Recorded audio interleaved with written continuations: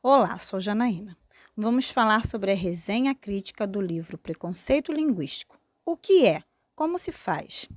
Escrito pelo professor, doutor em filosofia e língua, tradutor e escritor, com diversos prêmios e mais de 30 publicações, Marcos Bagno. O professor é conhecido por defender a revisão de variações linguísticas e formas orais como expressão genuína e correta do português. Atua mais especificamente na área de sociolinguística e literatura infanto-juvenil, bem como questões pedagógicas sobre o ensino do português no Brasil. Entre outros termos decorrentes tratados pelo autor está o preconceito linguístico, sendo uma autoridade conhecida no assunto, com entrevistas, palestras e aulas magnas ministradas em diversas instituições reconhecidas. Em 2011, o Ministério da Educação distribuiu para milhares de escolas públicas o livro Por uma Vida Melhor, no qual se defende o uso de variantes linguísticas, a ação criticada por parte da imprensa, mas defendida pelo autor. O autor começa o primeiro capítulo com a suposição de que há uma mitologia do preconceito linguístico. No primeiro mito, o autor fala sobre a surpreendente unidade que possui a língua portuguesa falada no Brasil. Ele diz que este é o maior e o mais sério dos mitos que compõem a mitologia do preconceito linguístico no Brasil e que está enraizado em nossa cultura. E isso é prejudicial à educação, porque a escola não reconhece a verdadeira diversidade do português falado no Brasil e tenta impor sua norma linguística, fazendo com que tenha consequências prejudicando diretamente os alunos que não compreendem o que está sendo ensinado. Ele afirma que é preciso que as escolas e todas as demais instituições voltadas para a educação e cultura reconheçam a verdadeira diversidade linguística do nosso país, para melhor planejarem suas políticas de ação junto à população dos falantes das variantes não padrão. Ao mesmo tempo, o autor traz ao conhecimento do leitor que estão sendo adotadas medidas para diminuir a existência desse preconceito. No segundo mito, brasileiro não sabe português, só em Portugal se fala bem português, diz a respeito da diferença entre a língua falada e a língua escrita entre os países. O que acontece é que o nosso português é diferente do português falado em Portugal. A nossa gramática se diferencia cada vez mais da gramática da língua falada em Portugal. Por isso, os linguistas preferem usar o termo português brasileiro, por ser mais claro e marcar bem essa diferença. Ele ainda diz que esse mito prejudica também o ensino da língua estrangeira. Olá, me chamo Gisele e darei continuidade aos mitos. O linguista fala então de um terceiro mito, a crença na dificuldade do português. Como o ensino nas escolas acontece em acordo com a norma de Portugal, há uma grande diferença entre o que é realmente falado e o que é aprendido nas instituições de ensino. Por isso, a dificuldade. Mas, na verdade, todos os brasileiros sabem falar o português. Para ele, esse mito é uma ferramenta de manutenção do poder, já que com a desigualdade social, apenas parte da sociedade sabe gramática normativa. O quarto mito, pessoas sem instrução falam tudo errado, mostra estar arraigado com o preconceito social, tendo em vista que o problema não é o que se fala, mas sim o nível social de quem fala.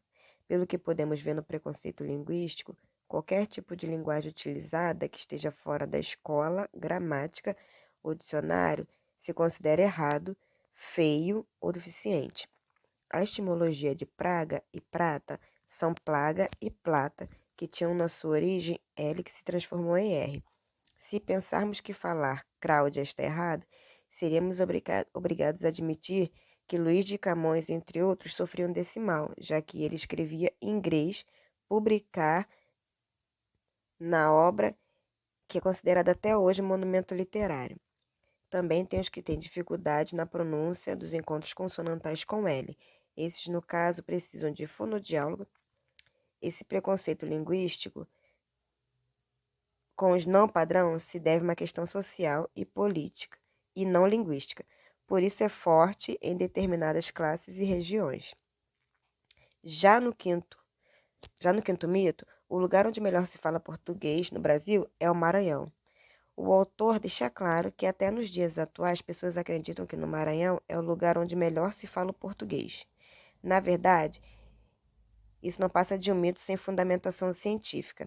Isso porque no Maranhão é usado o pronome tu, seguido das determinações verbais em S. Exemplo, tu achas.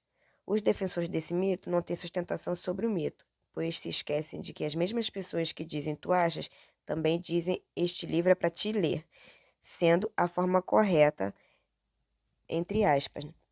Esse livro é bom para tu leres. Todas as variedades linguísticas atendem à necessidade da comunidade ou sua determinada região. Também são atribuídos ao resultado do preconceito histórico. Pasquale Cipro Neto atribuiu ao carioca uma expressão melhor, mas faltam-lhe argumentos científicos para essa afirmação. Diante das pesquisas sociolinguísticas por meio de gravação da fala espontânea, uma suposição é confirmada, que as pessoas das classes cultas dominam melhor a fala culta do que as pessoas da classe não culta. No sexto mito, citado pelo autor, o certo é falar assim porque se escreve assim. Se refere à variação que acontece em toda a comunicação linguística, de forma que falamos as mesmas palavras, porém com sotaque regional. O autor ressalva que isso não significa que não se deva ensinar a escrever de acordo com a ortografia oficial, mas isso não deve justificar a forma diferenciada que as pessoas falam, resultando em preconceito linguístico. Existe um preconceito no ensino da língua que quer obrigar a se pronunciar do jeito que está escrito, como se fosse o único jeito certo. Porém, a escrita tem que estar de acordo com a norma ortográfica, porque há uma necessidade de uma ortografia única para todas as línguas, para que todos leiam e compreendam o que está escrito.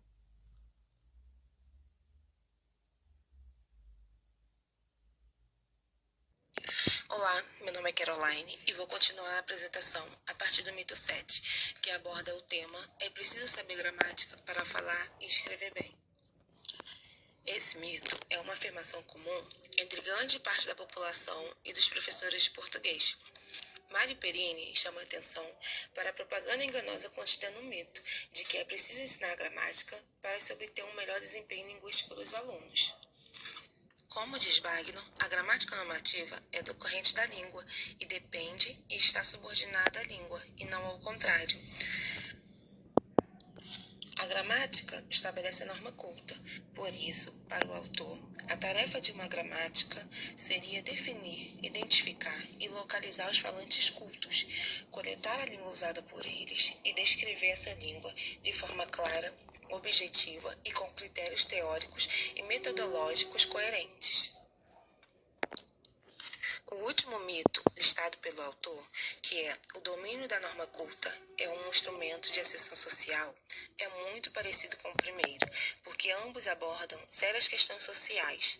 Ele diz que o domínio da norma culta de nada adianta a uma pessoa que não tenha seus direitos de cidadãos reconhecidos plenamente, pois o que está em jogo é a transformação da sociedade como um todo.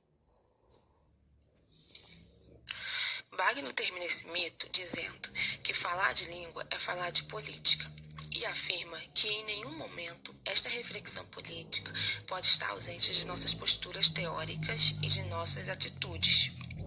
Do contrário, estaremos apenas contribuindo para a manutenção do círculo vicioso do preconceito linguístico e do irmão gêmeo dele, o círculo vicioso da injustiça social.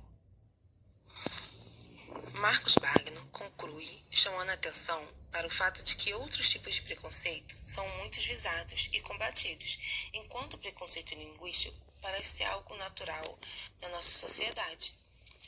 Ele propõe ideias para acabar com esse tipo de preconceito, aconselhando os professores de língua portuguesa a se informar melhor sobre o problema, e indica uma abordagem mais eficaz e menos tolerante para o aluno. Ele também faz críticas aos que apoiam veementemente as normas cultas, aos linguistas que tratam a língua como se fosse religião e aos membros da Academia Brasileira de Letras. Ao nosso ver, em seu livro, Marcos Wagner trouxe ao nosso conhecimento uma questão de preconceito na qual nós não havíamos consciência de que existia.